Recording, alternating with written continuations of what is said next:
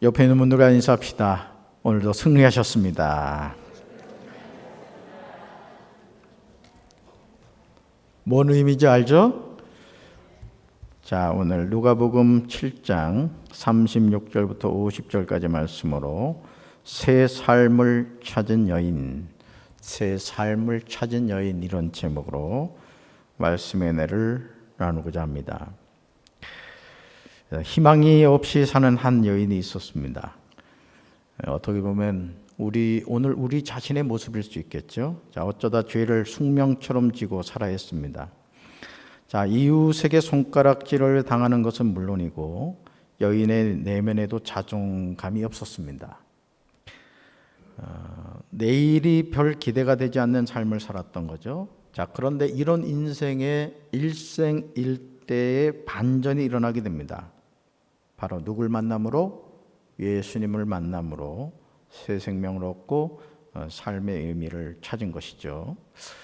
우리가 이 코로나19로 힘들고 어려운 때를 살면서 어떻게 보면 오늘 이 본문에 나오는 여인처럼 우리가 예수님을 만날 때 우리 인생이 바뀌고 우리가 이러한 때 어떻게 이 상황을 이겨나갈 수 있는지 하나님이 깨닫게 해주실 줄로 믿습니다. 자, 중요한 질문입니다. 볼까요? 새로운 삶을 찾으려면 어떻게 해야 합니까? 누구나 갈망하는 거죠. 새해가 시작되면 금년도에 내가 이렇게 살아야 되겠다. 또 우리가 6월 1일 월삭 축복 새벽 기도를 여러분 예배 드리면서 그런 생각하셨잖아요. 이번 달 내가 어떻게 살아야 되겠다, 이런 마음을 가지셨는데, 자, 새로운 삶을 찾으려면 어떻게 해야 합니까? 자, 첫째, 같이 읽습니다. 용기를 내야 합니다. 아멘. 자, 36절부터 37절이 나오죠. 자, 이 여인은 뭐가 많은 여인이었다? 죄가 많은 여인이었다. 저와 여러분의 모습입니다.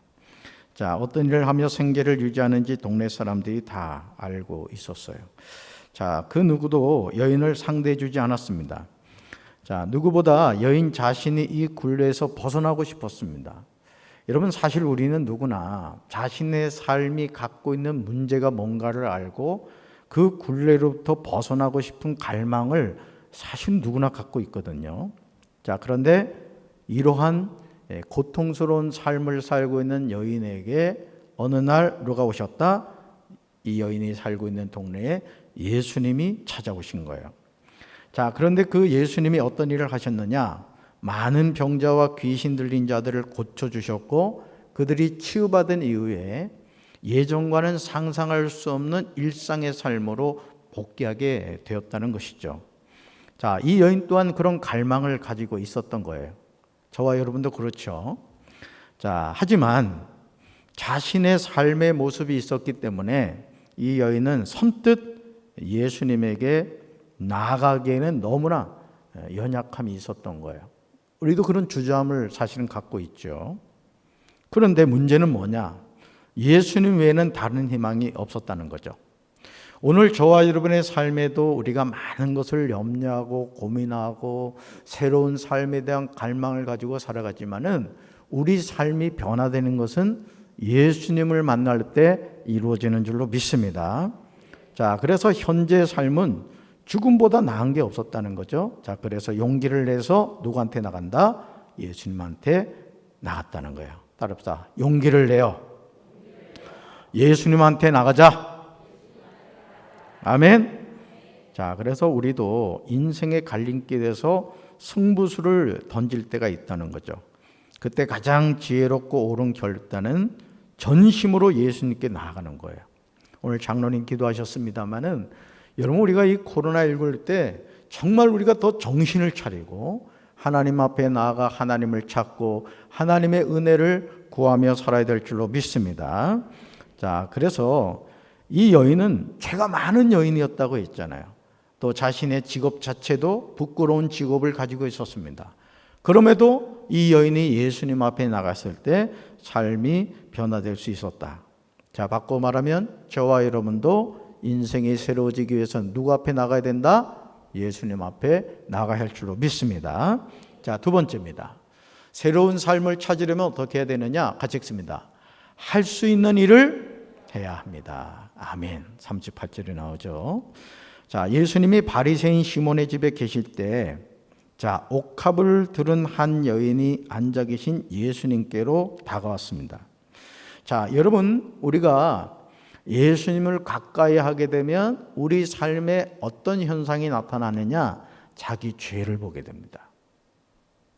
여러분, 이 교회도 마찬가지거든요. 교회 조명이 밝아지면 밝아질수록 이 교회의 어떤 감춰진 어둠이 드러나게 됩니다. 우리 강경제일교회가 어둠의 교회가 아니라 빛의 교회가 되길 주님의 이름으로 축원합니다.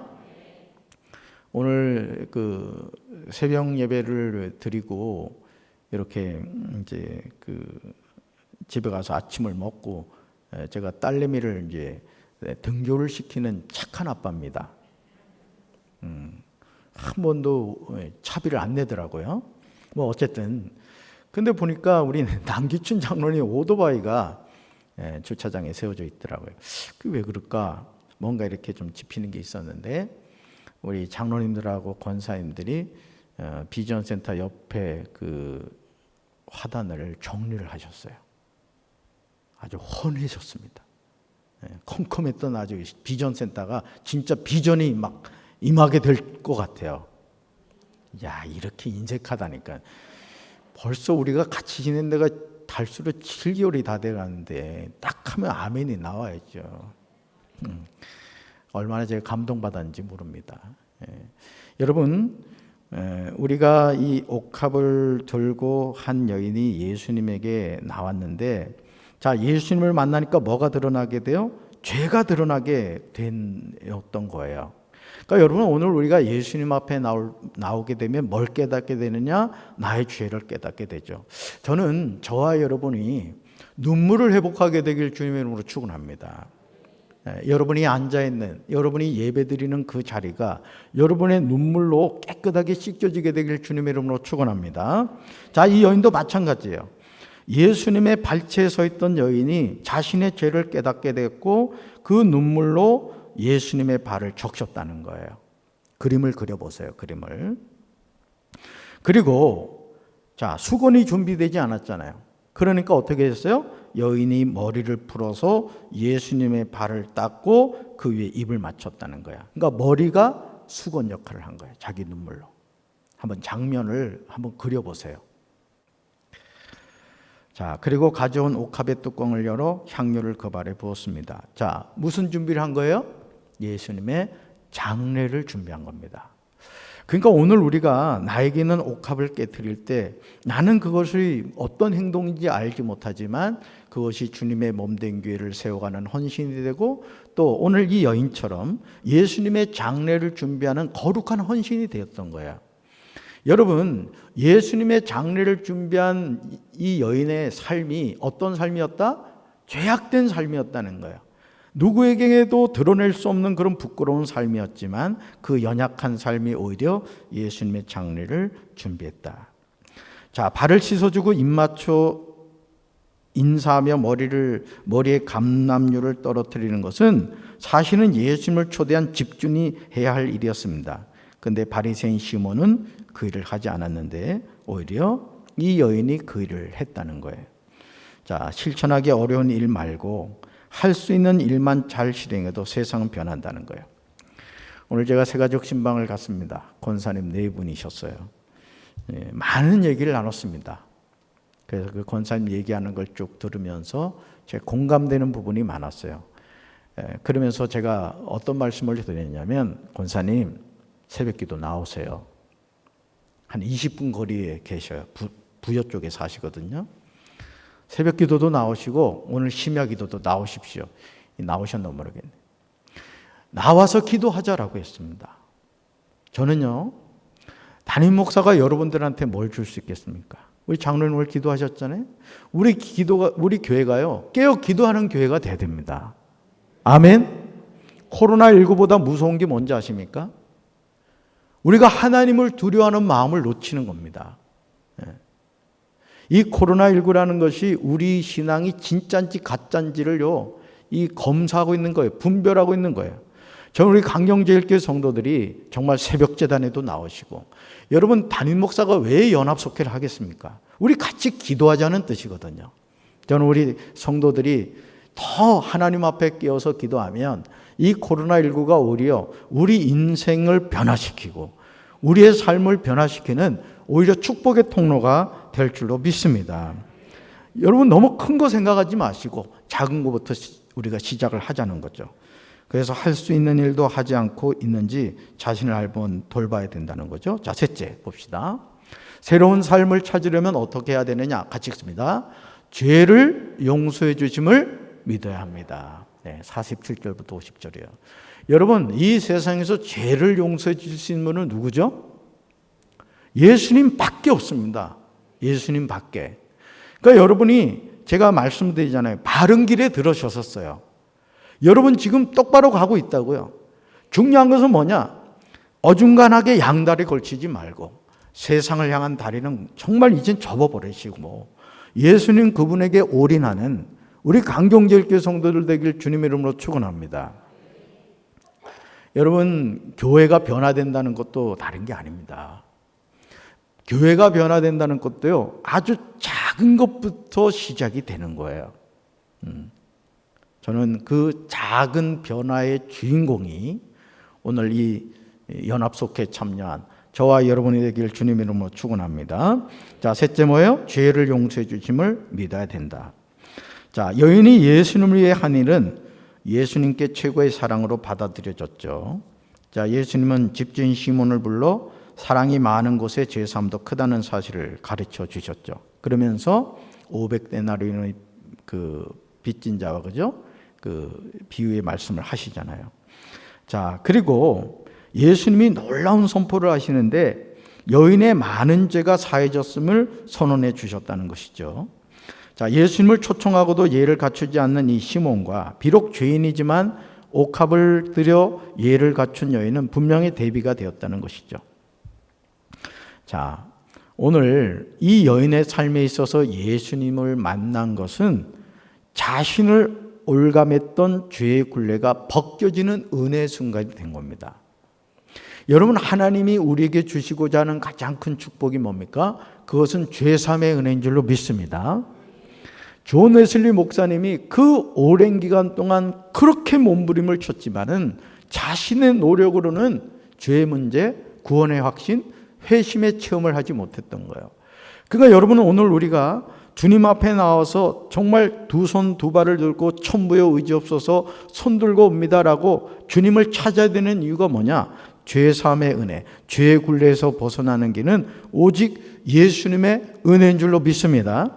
그래서 예수님의 권세를 믿었고 죄가 용서받았음을 믿었다는 거죠. 그래서 여인은 자유인이 되어 그곳을 떠났던 거예요. 따라합시다. 새로운 삶을 원하면 죄부터 해결해야 합니다. 아멘. 그래서 우리가 믿는 구원은 어떤 구원이냐? 예수 그리스도를 통해서 2000년 전 갈보리 십자가에서 나의 죄를 완전히 씻겨주신 그 은혜를 우리가 믿는 거예요. 잘 보세요. 2000년 전 갈보리 십자가에서 예수님이 십자가에 못 박혀 돌아가실 때 우리가 한 일이 있었습니까? 우리가 한 일이 없었어요. 그러니까 우리가 이 웨슬리가 가졌던 모순이 뭐냐 그러냐면 자기 노력으로 구원을 이루어 가려고 했던 겁니다. 바리새인들을 향하여 예수님이 왜 책망을 했냐면 그들이 정말 애쓰고 수고를 했지만은 하나님이 베푸시는 은혜를 그들은 깨닫지를 못했던 거예요. 근데 이 옥합을 깨뜨린 여인을 보십시오. 그 많은 죄가 있었음에도 불구하고 눈물로 자기 머리카락으로 예수님의 발을 씻겨주는 그 은혜를 구했던 거예요. 여러분, 사랑은 허다한 죄를 덮는 줄로 믿습니다. 그래서 그때 우리는 죄를 이기게 된다. 그래서 여인은 예수님 외에는 아무도 의식하지 않았다는 거예요. 여러분, 우리가 뜨겁게 찬송하고 있다가 이제 기도를 할 텐데 주변에 있는 사람 의식하지 마세요. 기도할 때 가장 바보 같은 행동이 뭐냐면은 내 이 기도를 주변에서 누군가 듣고 있지 않을까. 여러분, 누가 듣겠습니까? 내 기도하기도 바쁜데. 그래서 저는 우리 강경제일교회 모든 성도가 방언받게 되길 주님의 이름으로 축원합니다. 방언기도 좋은 것이 뭐냐면은 다른 사람이 그 기도를 통변의 은사가 있지 않는 이상은 그 해석을 할 수가 없거든요. 하나님과의 직통 기도가 바로 방언 기도입니다. 우리 사랑하는 성도들에게 그 은혜가 함께 하시길 주님의 이름으로 축원합니다. 자, 예수님께 나아가 죄를 용서받고 새 삶을 살기만을 열망했다는 거죠. 그래서 자신이 할 수 있는 일을 했던 거예요. 자, 우리는 할 수 있는 일은 두고서 할 수 없는 일에 매달릴 때가 많습니다. 강경제일기가 새로워지는 것 다른 게 아닙니다. 작은 것부터 합시다. 아멘. 저는 오늘 새벽에 우리 장로님들하고 권사님들이 화단 정리하는 걸 보면서 제가 우리 교회 되겠구나, 제가 그걸 느꼈습니다. 아멘. 그러니까 여러분들이 담임 목사가 강단에서 여러분들에게 하는 얘기를 무슨 결벽증에 걸리지 않았나, 제가 그런 얘기도 다 들었어요. 저 결벽증 안 걸렸습니다. 다만 제 마음에 있는 생각은 뭔지 아십니까? 하나님의 교회가 지저분하면 안 된다는 거예요. 정말 교회요, 여러분 거미줄이 있다. 정말 우리 성도들 회개해야 됩니다. 회개를 해야 돼. 그래서 저는 우리 성도들이 두 눈을 부릅뜨고 그런 일이 없는 교회가 돼야 됩니다. 아멘. 사실 창문도 반짝반짝 빛나야 돼요. 창문도. 근데 너무 막 지저분하고 그랬는데 위험하니까 매달려서 내가 닦으라고 하진 참 못하겠는데, 어쨌든 여러분들 그런 마음 가지고 우리가 할 수 있는 일부터 합시다. 그러면 하나님께서 우리가 할 수 없는 일을 해주시는 거예요. 우리 1차 방수가 이제 끝났습니다만 이제 오는 주에 2차 방수가 들어갈 겁니다. 여러분들이 뭐 하셔야 되겠어요? 기도로 도와주셔야 돼요. 그래서 제가 여러 번 말씀드렸지만 성경에 보면 성막의 성물을 만들었던 사람이 부살렐과 오홀리압이라는 사람이에요. 근데 하나님이 그 두 사람에게 지혜와 능력을 주셨다고 성경이 나옵니다. 저는 이번에 이 공사를 맡으신 사장님이 저는 부살렐과 오홀리압일 줄로 믿습니다. 자, 우리가 뭐로 도와야 돼요? 기도로 합력해서 주여 이번에 아주 그냥 교회 그 비새는 구멍이 다 막혀지게 하옵소서.